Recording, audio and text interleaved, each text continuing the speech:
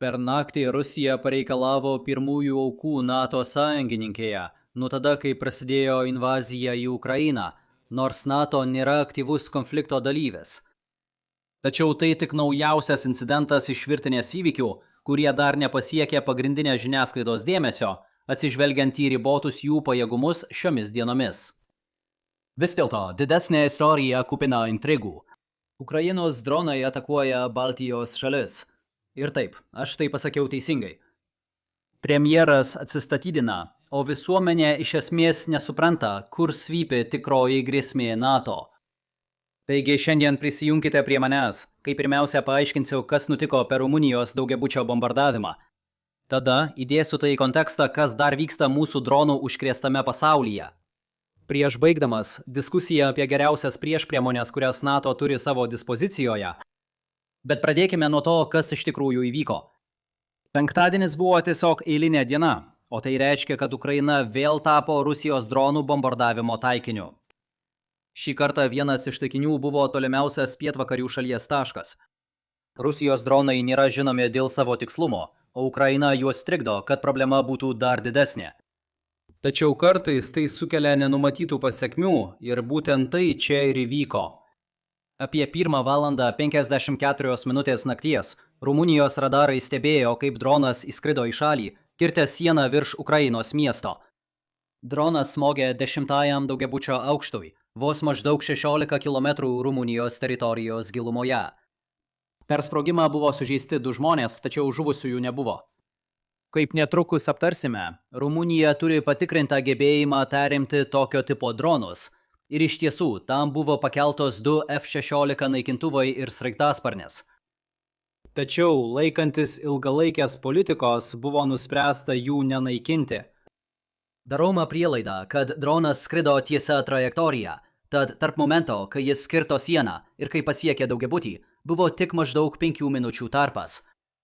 Nėra daug atviros erdvės, kur būtų galima sunaikinti droną, nerizikuojant aukomis dėl nuolaužų. Be to, kartais Rusijos dronai apsisuka ir vėl tampa Ukrainos problema. Todėl taikomas požiūris palaukti ir pažiūrėti. Vienintelė problema čia ta, kad tokių incidentų atveju buvo pernelyg daug delsimo ir laukimo, kas bus. Šiuo metu sunku sekti visą istoriją. Bet leiskite pateikti jums bendrą santrauką. Rumunijai tai buvo 28 drono įskridimas į oro erdvę nuo invazijos pradžios. Tačiau Rumunija tikrai nėra viena.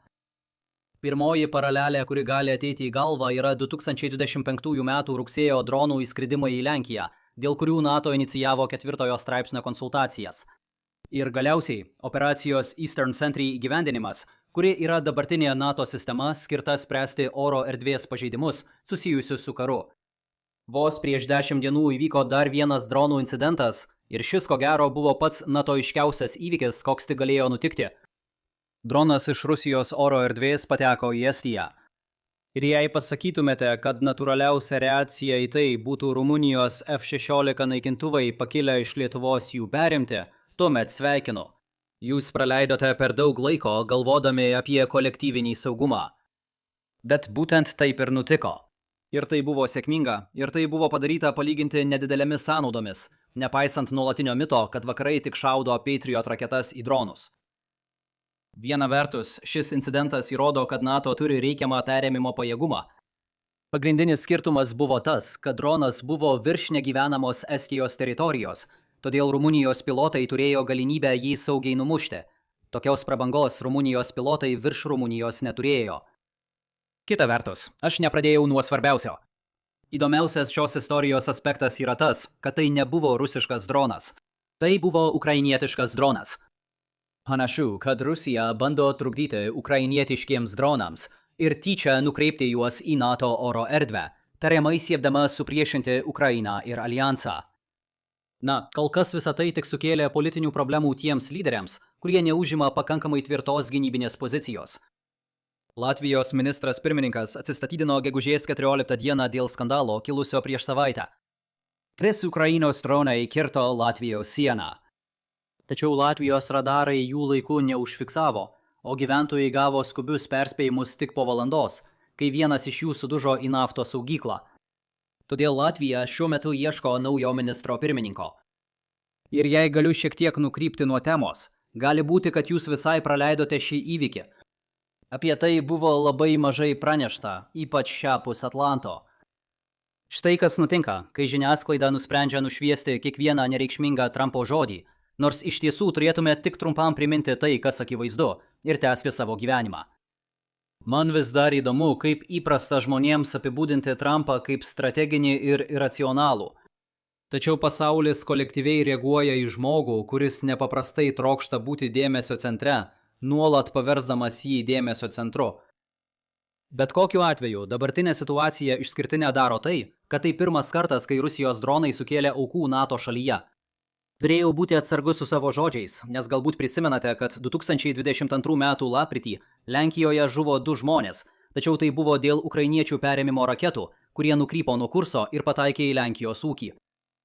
Tačiau šį kartą už incidentą tiesiogiai atsakinga būtent Rusija. Ir tai veda prie kito klausimo. Taigi, kaip į šią situaciją reaguos Rumunija ir visas NATO aljansas? Šiek tiek grįšiu atgal ir pirmyn, nes visuomenės suvokimas apie tai, kas vyksta, nesutampa su tikrove, kaip elgesi NATO ir taip pat yra spraga supratime, koks čia yra tikrasis strateginis rūpestis. Leiskite pradėti nuo savo kritikos. Europa per daug susitelkusi į rezultatą, o ne į procesą. Kažkas panašaus į to, kas įvyko Rumunijoje, anksčiau ar vėliau turėjo nutikti. Negalait tiesiog leisti dronams skraidyti į kitas šalis ir nesitikėti, kad anksčiau ar vėliau kažkas nenukentės. Kiekvieną kartą, kai pažeidžiama oro erdvė ir viskas baigėsi gerai, tai tarsi dar vienas ruletės sukimasis, kuriame laimingai iškrenta tavo numeris. Vėlgi, tikrasis dėmesys turi būti skiriamas procesui, o ne rezultatui. O procesas yra visus tuos dronus sustabdyti daug anksčiau. Padėtis šiaurėje yra sudėtinga, nes yra esminių apribojimų, ką NATO gali ten padaryti. Niekas Europoje nesiruošia sakyti Ukrainai, kad ši nustotų bandyti bombarduoti Rusijos naftos infrastruktūrą. Na gerai, beveik niekas Europoje. Ir vienu mažiau nei prieš porą mėnesių. Ir tam tikrų lygių turime žengti žingsnį atgal ir vertinti Rusijos gudrumą, kai ji bando sukelti politinį chaosą, pasiekdama, kad Ukrainos ginklai pažeistų NATO taikinius. Esmė ta, kad kol Kremlius neleis NATO įrengti gynybinių pozicijų Rusijos viduje, viskas turi būti daroma vakarinėje sienos pusėje. Sprendimas yra Eastern Sentry ir tas sprendimas veikia atsižvelgiant į ten esančius apribojimus. Tačiau kai dronai skrenda Lenkijos ir Rumunijos link, situacija visai kitokia. Abi šios šalys turi daugiau erdvės manevruoti, nes abi turi Ukrainą kaip buferį. Rusijos dronai niekada neturėtų priartėti prie Lenkijos ar Rumunijos sienų, nes jie turėtų būti sunaikinti daug toliau rytuose, giliai Ukrainos teritorijoje. Dabar iš čia turite 2 pasirinkimus. Tai galite padaryti patys, arba galite leisti Ukrainai tai padaryti už jūs. Buvo laikas, kai NATO šalims pačioms imtis reikalo į savo rankas galėjo būti pagrįstas pasirinkimas, bet manau, kad jau praėjome tą etapą. Šiuo metu atrodo, kad Ukraina turi perteklinę perėmėjų gamybos pajėgumų. Ko jai trūksta, tai išteklių, kad galėtų visiškai išnaudoti tuos pajėgumus. Europa galėtų daugiau prisidėti, skirdama Ukrainai finansavimą būtent šiam tikslui, sukurti geresnį apsaugos nuo dronų tinklą, ypač vakarinėje šalies dalyje. Ukrainai neturėtų būti sunku sukomplektuoti šiuos padalinius, nes tai yra gana patrauklios karinės pozicijos. Jie yra toli nuo fronto linijų, o mirties rizika yra labai maža. Eastern Sentry turėtų ir toliau veikti pietinėje NATO rytinio flango dalyje, tačiau jai neturėtų reikėti būti tokiai aktyviai, kaip yra dabar. Ukraina gali tai padaryti. Tai būtų veiksminga priemonė ir ji būtų labai žemai eskalacijos su Rusija skalėje. Kalbant apie eskalacijos lygmenis, ankstyva reakcija, kurią mačiau internete, yra ta, kad NATO daro nepakankamai. Europos šalys atskirai daro nepakankamai ir dabar reikia nubrėžti ribą, kad Rusija toliau neišnaudotų vakarų. Jei šiandien dar nematėte raginimo aktyvuoti 5 straipsnį, netrukus jį pamatysite. Palikime nuo šalyje tai, kad 5 straipsnis niekada nebuvo skirtas tokiam incidentui kaip šis, kai nėra aiškios tyčios. Palikime nuo šalyje ir tai, kad 4 straipsnio konsultacijos gali neįvykti būtent dėl Rumunijos. Gali būti, kad jos būtų iš esmės perteklinės, nes jos jau vyko praėjusiais metais ir būtent taip buvo įsteigta Eastern Sentry. NATO mano, kad griežtas požiūris yra neteisingas. Taip, žinau, kad Europos lyderiai garsėja tuo, jog dažnai reiškia politinę kritiką, tačiau neturi galio suteikti tiems žodžiams prasmės. Tačiau šį kartą tai yra prasminga. Jei visa ši Rumunijos istorija nebūtų įvykusi per naktį, šiandieninis vaizdo įrašas būtų buvęs apie tai, kaip NATO ruošiasi gintis nuo tikros Rusijos įsiveržimo. Dabar tai bus rytojaus Geopolitics Helpline laida, jei per artimiausias 24 valandas nekils dar viena politinė krizė. Nepaisant to, kaip dažnai kartoju savo vaizdo įrašuose, vienas pagrindinių dalykų, kurį norėjau pabrėžti, yra tas, kad Putinas sunkiai surenka pakankamai pajėgų, kad galėtų tęsti karą Ukrainoje. Jau nekalbant apie Baltijos šalies invaziją.